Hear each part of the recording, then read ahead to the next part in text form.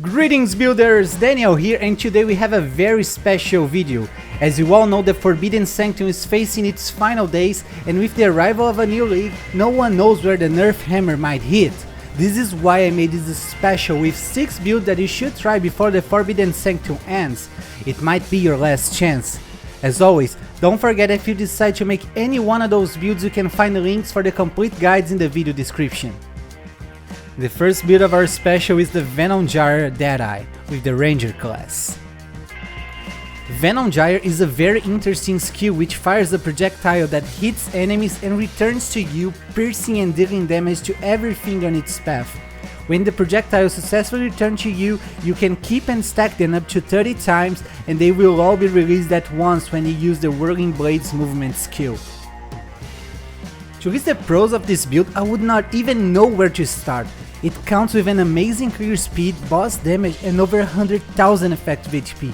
Above all of that, it's cheap and easy to put together. It doesn't require any mandatory unique item.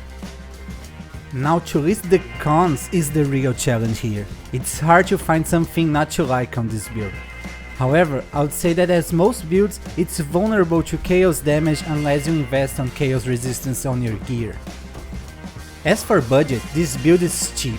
You can get it destroying early endgame maps with only around 90 chaos. To comfortably advance to yellow maps, you need to invest around 120 chaos, and for easily completing your atlas, I recommend investing around 4 divines. Don't forget that on PoEbuilds.net you can find a list with all the equipments that you need to buy for this build, with direct links for examples being sold from other players. For clear speed, I'll give this build 10 out of 10. The Venom Gyre projectile already has an expensive nature for the amount of time it stays dealing damage on screen. Now, with a Deadeye that grants a lot of speed and many buffs to projectiles, the result is what you're seeing in this tier 16 gameplay. The boss damage also gets 10 out of 10. You can use Vol Venom Gyre to instantly have 50 stacked projectiles and delete bosses with an amazing shotgun effect using Whirling Blades on them. It's unreal, and the nerf hammer is surely watching. For the survivability, I give it 9 out of 10. This build counts with over 100,000 effective HP because of high armor, high evasion, spell suppression and block chance. Following, we have the Righteous Fire Juggernaut with the Marauder class. Here you can use all the tankness and life regeneration from the Juggernaut to easily sustain the Righteous Fire damage and just walk your way through the endgame. To list the pros of this build, I would have to start with how comfortable and smooth this gameplay is. As soon as you get this build sustaining Righteous Fire, you start clearing maps without even noticing. This character is also ultra tanky and a great starter. You can start it on a clean account and still have it done easily.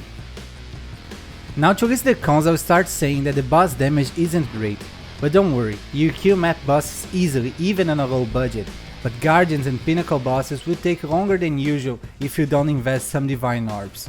Another issue is that the leveling is a little bit complicated since we use a spell as a Marauder, but if you follow closely the steps from the leveling section on the complete guide, you won't have a problem.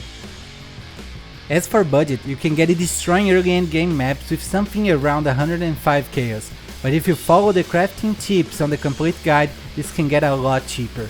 To comfortably advance to yellow maps, you need to invest around 150 chaos, and for easily completing your atlas, I recommend investing in your survivability, around 4 divines. You need 2 mandatory unique items for this build. The first are the Legacy of Fury boots. They scorch enemies and cause them to explode for an amazing clear speed. The other mandatory unique item is the Immortal Flash belt. This one grants a huge amount of life regeneration and even a great armor buff. For clear speed, I'll give this build 10 out of 10. As mentioned before, as soon as this build is complete, you just walk and watch everything burn around you. This means not stopping for casting and saving a lot of time while farming.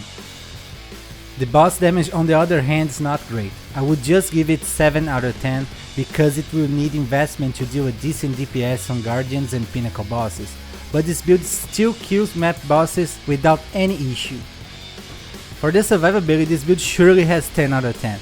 As you can see on the POB, this build gets over 100,000 armor, 2000 life regeneration per second, over 87 of all elemental resistance, and even over 50% chance to block spell damage.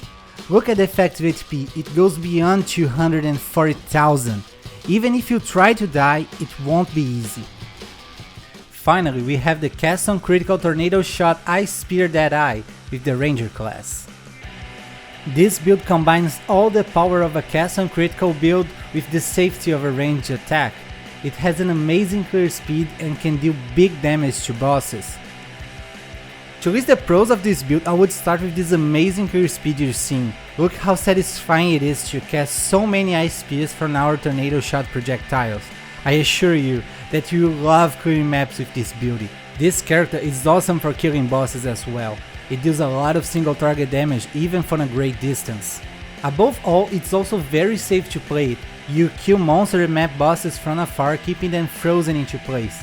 And for those bosses that are immune to freeze, you can also keep a safe distance and destroy them. If by any means they manage to reach you, you still have over 90% chance to evade attacks, high chance to suppress spell damage, and high armor. Now to list the cons, I will start saying that this build isn't for everyone. You need a lot of currency to put it together. Another issue is that it isn't easy to build because it needs many specific rare items. As for budget, this build would need at least 12 divine orbs to put together. As I said, it's an expensive one. You need 3 mandatory unique items for this build. The first one is the Asnaf's Mark helmet that triggers located skills when you attack. This grants even more ice spears. We also need the Maloney's mechanism.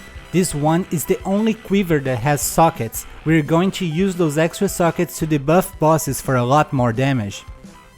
Finally, we also need 2 Intuitive Lips unique jewels to save many points in our passive tree. For clear speed, this one is surely a 10 out of 10. Clearing with this build is not only fast but also extremely satisfying.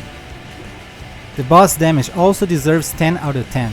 You end up casting many ice spears and all of them can hit the target, causing an incredible shotgun effect. For the survivability, I'll give it 9 out of 10.